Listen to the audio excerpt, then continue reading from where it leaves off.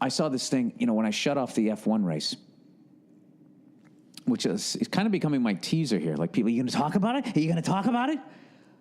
When I shut it off, okay, well, I'll talk about the F1 race. Congratulations to, I always want to say Valtteri, whatever his fucking name is, Bottas. He had such a good start to start that race, they actually thought she was a fucking cheater, like the Indianapolis Colts there. And it was a typical fucking F1 race where it was the first guy to turn one, won the fucking race. There was a fucking accident in the beginning, right? The guy in the fucking, the stepchild of the Red Bull team, that Rojas fucking team, oh, Jesus, Bill, grab your almanac. Grab the fucking program. If you're going to talk about it, have a little bit of respect for the people that actually watch the goddamn race. What's the name of their fucking team? What is it? Where? Oh, the Toro Rosa. That fucking lunatic. He came in and he fucking slammed into one of the McLarens, who then slammed into the Red Bull guy, Max Verstappen. And every one of them, their whole fucking day was over. That was it. It was over. Bottas was out in front. Lewis Hamilton got like a 5-position, penalty because he had to change his gearbox during qualifying. So even if he was number one, the best he could have done was in qualifying was 6. So he was started 8th. So I guess evidently, that would be 5 spot. Yeah. So I guess he came in 3rd. Anyways, pretty uneventful race the whole fucking time. Other than, then in the end, it got great. But I actually love the shit that Lewis Hamilton was talking. They were talking about the whole, his bullshit with, what's his face there, Sebastian Vettel. And, he goes, what do you plan to do? He goes, I'll go out there, I'll try to exploit a few of his weaknesses. Just floats that out there. So, of course, the reporter bites and goes, what are some of his weaknesses? Would you say his temper is one of his weaknesses? Because I guess this guy, Vettel, he's dangerously approaching 12 penalty points. If you get 12 penalty points, you have to sit out a race. Within a calendar year, they're basically points for being a cunt. Driving dangerously, slamming your car into Lewis Hamilton, whatever the fuck it is he's doing. He's like those people on the highway out here that pass you on the right doing 90. He does shit like that. So if you accrue 12 of those points within a calendar year, you have to sit out a race, which is devastating, especially if the guy you're going up against wins the race. He gets 25 points. He's just sitting there on your ass, sitting on your helmet. So anyways, he goes, I'm going to exploit a few of his weaknesses. So the reporter bites and goes, is his temper one of them?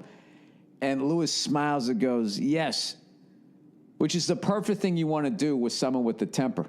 Speaking from experience, because all that does is make us more mad, and then we fuck up again, right?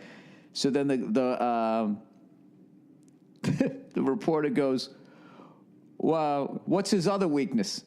And Lewis just smiles. He's like, "I'll keep that one in my pocket," and he walked away. And I was like, that was perfect. Perfect. He's in his head, man. But anyways, like I said, it was pretty uneventful for the whole time. Everybody just cruising around the fucking track. No big crashes after that turn one. And the fucking American team, the Haas team, was up front for like 2 laps. They gave us a little pat on the head. Like we were able to hold off the Ferraris for the first 3 laps of a 71-lap race. And as an American, I'm supposed to be excited by that, as we have the Ferrari Junior engine, or whatever the fuck they give us. So anyways, the final 6 laps, Lewis Hamilton was right on fucking Ricciardo's ass. The tires are all fucking chewed up. I was convinced Hamilton was going to catch him. Ricciardo was able to hold him off. And then Sebastian Vettel was right on Bottas's ass. Once again, no passes were made, but it was still fucking exciting. The last 6 laps of the race was great, and that track was fucking cool as hell, man. I love how it starts uphill. That bizarre, I don't know, I've never seen a track laid out like that, and it's in the Austrian Alps. How do you not fucking go to that? Swing by Hitler's house, you go to the F1 race, and then you get yourself some Wiener Schnitzel. How do you not do that fucking trifecta?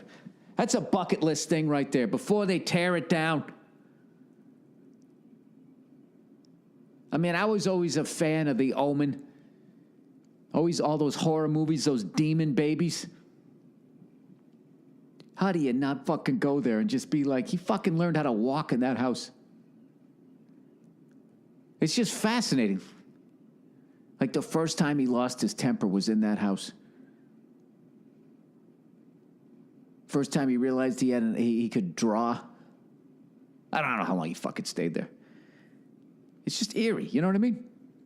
Look, if Universal Studios, if you can take the tour over there and they still have the fucking, the Psycho house, you know? Because everyone just wants to look at that. This is a real life fucking psycho. It shouldn't be glorified. I'm not glorifying it. It's the same reason why I want to see a great white shark from a boat. You know? I don't fucking, this is so, as much as everybody fucking bitches, there's no way if you walk down the street, you couldn't fucking look at it.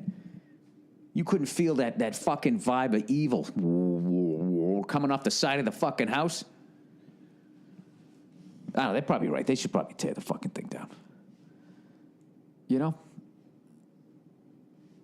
Why am I talking about Hitler's house? Can somebody explain it to me?